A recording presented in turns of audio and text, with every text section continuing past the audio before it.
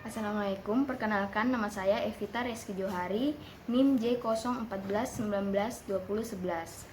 Pada kesempatan kali ini, saya akan melakukan simulasi mulai dari anamnesis, pemeriksaan objektif yang terdiri dari pemeriksaan ekstraoral dan intraoral, penegakan diagnosis, serta rencana perawatan berdasarkan skenario yang telah diberikan.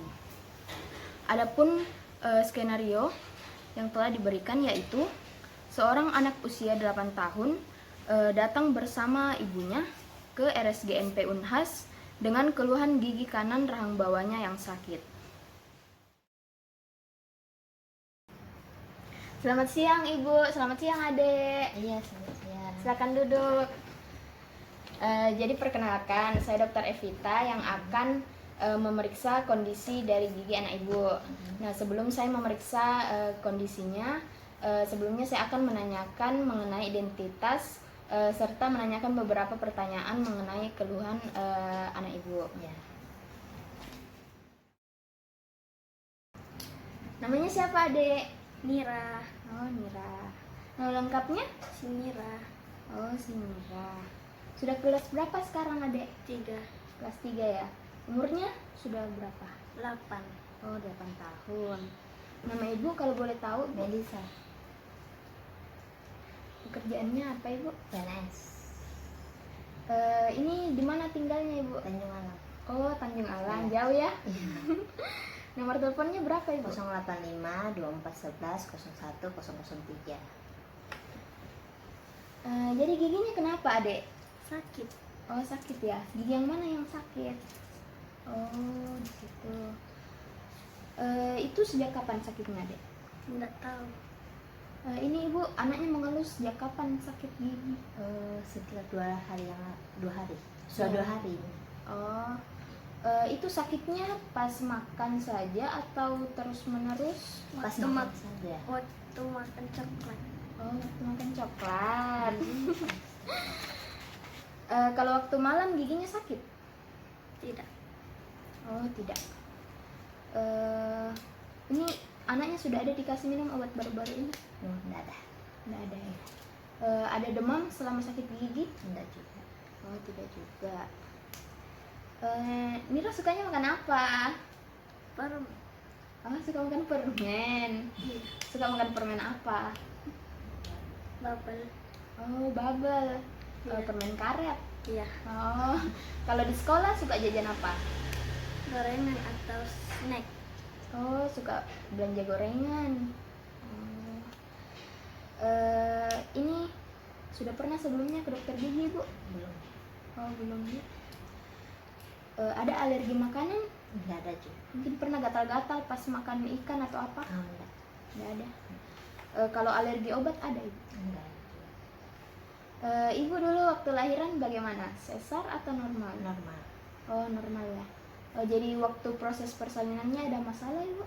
Alhamdulillah tidak ada. Oh, tidak ada ya. Kalau imunisasinya anaknya bagaimana, Ibu? Imunisasinya lengkap dari umur dia dan dia lahir umur dia 1 bulan sampai 1 tahun. Saya selalu bawa dia ke puskesmas untuk imunisasi. Oh, gitu. Imunisasi di sekolah juga dia selalu ikut. Oh, imunisasi di sekolah juga selalu ikut. Ya. Oh, iya. Ada riwayat penyakitnya anaknya, Ibu? Oh, enggak ada. Tidak ada? Iya. Enggak pernah kayak sesak nafas atau apa? Oh, enggak. Enggak pernah. Ya. Kalau riwayat penyakit keluarga seperti jantung, Enggak ada. enggak ada juga. Oh, iya. Jadi setelah melakukan anamnesis, kita dapat memulai prosedur pemeriksaan objektif yang terdiri atas pemeriksaan intraoral dan pemeriksaan ekstraoral. Adapun sebelum melakukan pemeriksaan, kita sebagai operator melakukan hand wash terlebih dahulu. Setelah itu kita menggunakan APD berupa masker dan handscoon.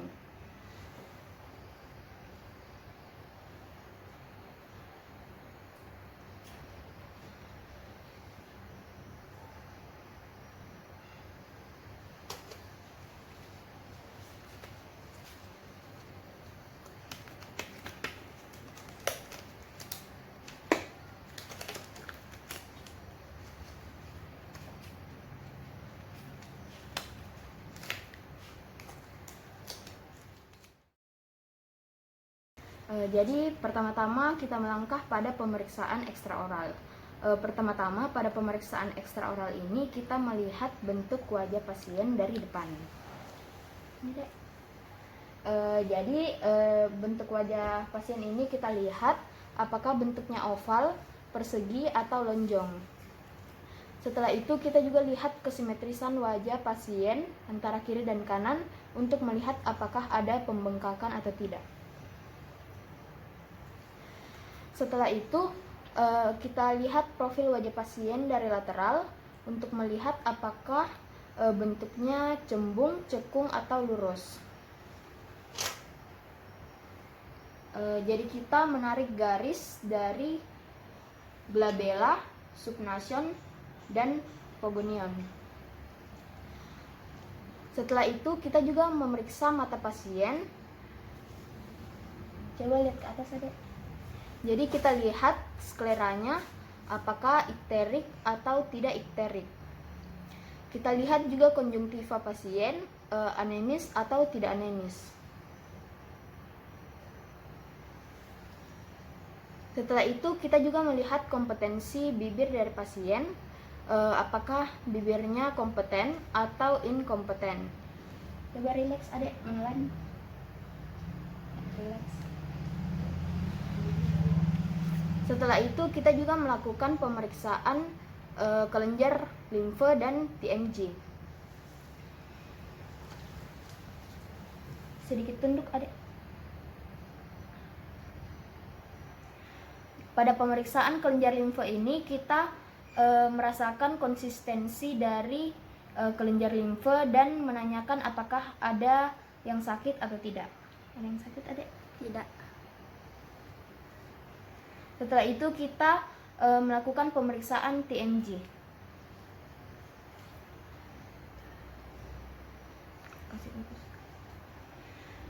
Coba buka mulut adek. Tutup, buka, tutup. Ada yang sakit? Tidak. Tidak.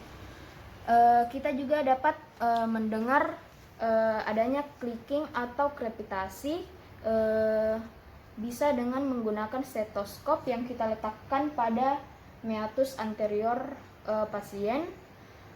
Setelah itu kita bisa mendengar apakah ada clicking atau krepitasi. Setelah itu kita juga dapat melihat kondisi postur tubuh dari pasien. Coba berdiri adek.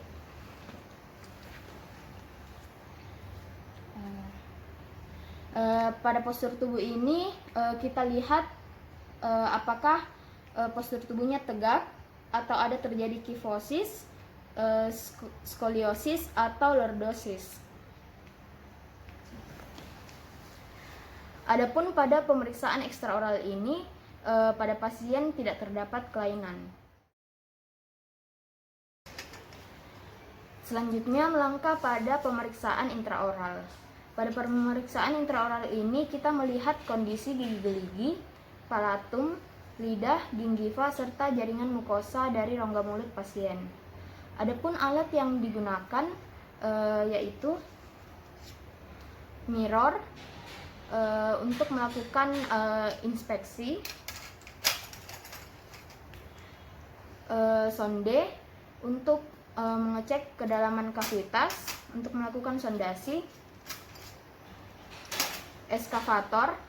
Eskavator ini untuk mengangkat sisa makanan atau kotoran atau jaringan karies. Setelah itu pinset. Pinset di sini gunanya untuk menjepit kapas atau cotton roll. Nah, pada pemeriksaan intraoral ini kita melihat kondisi gigi-geligi dari pasien. Kita lakukan dengan mirror.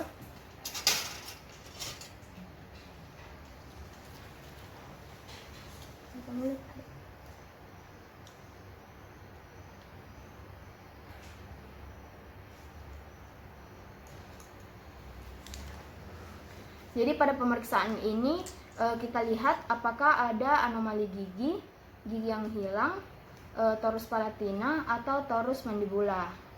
Kita lihat juga hubungan oklusi dari rahang pasien. Adapun untuk gigi yang karies, kita dapat lakukan sondasi dengan menggunakan sonde untuk mengecek kedalaman dari kavitas, juga untuk melihat reaksi dari pasien. Kita lihat apakah reaksi rasa nyerinya itu menetap atau hanya sebentar. Adapun sebelum sondasi, kita membersihkan kavitas terlebih dahulu dari sisa makanan menggunakan ekskavator.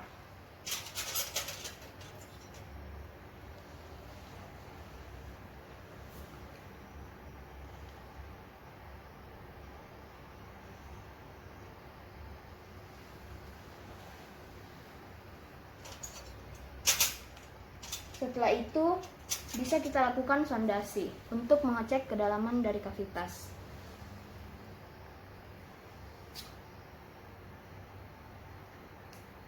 Ini kalau ditekan sakit tidak? Tidak. Iya. Iya. Ini kalau dilepas? Tidak. Tidak. Oke.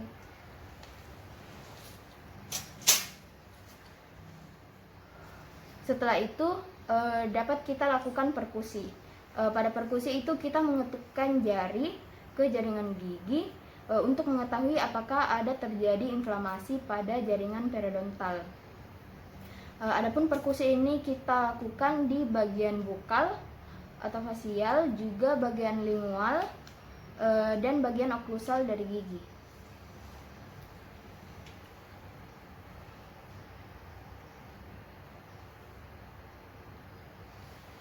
Adapun perkusi ini juga kita bisa lakukan dengan menggunakan tangkai dari instrumen.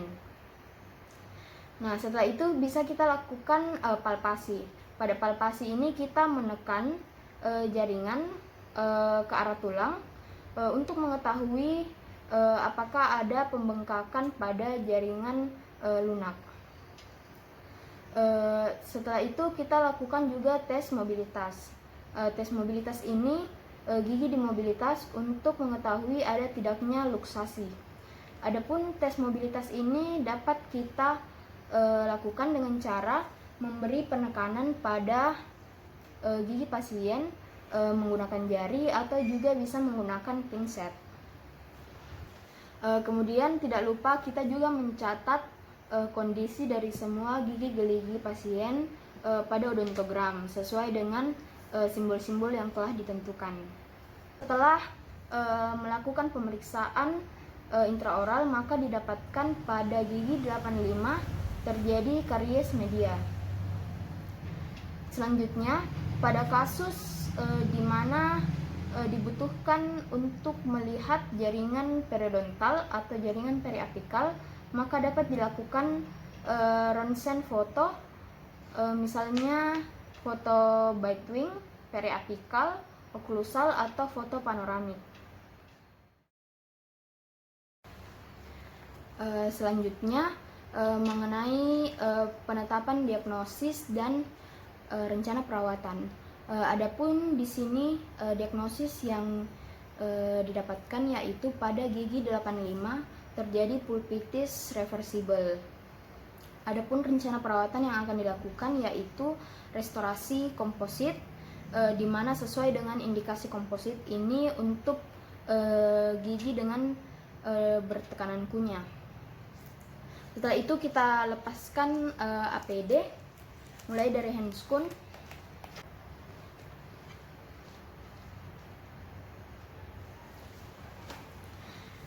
Ya, jadi ibu, gigi anak ibu ini yang dia keluhkan sakit itu memang ada berlubang, tepatnya di gigi geraham bawah bagian kanan ya.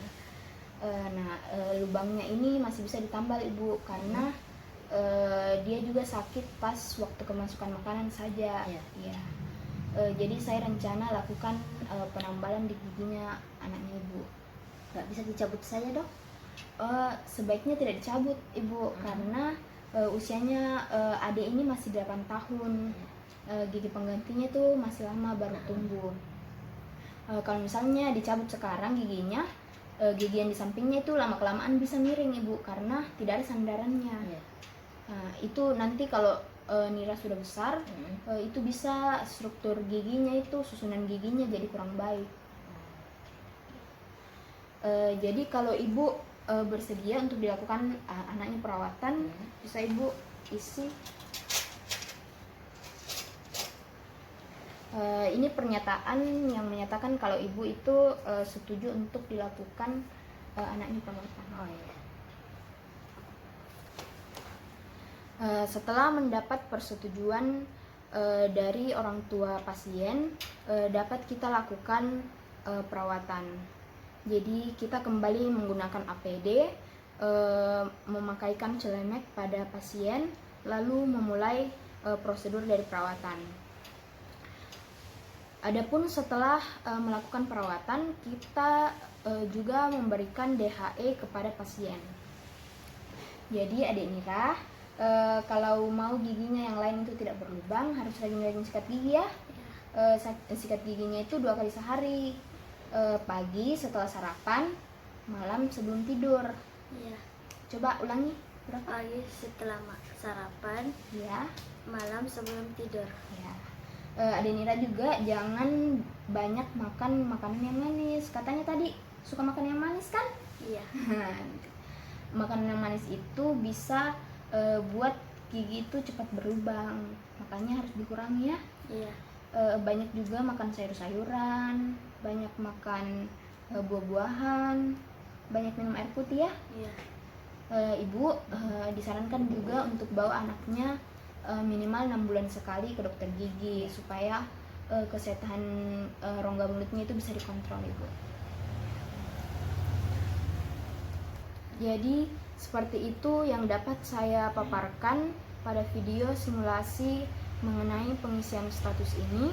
Adapun kurang dan lebihnya saya mohon maaf. Saya ucapkan terima kasih.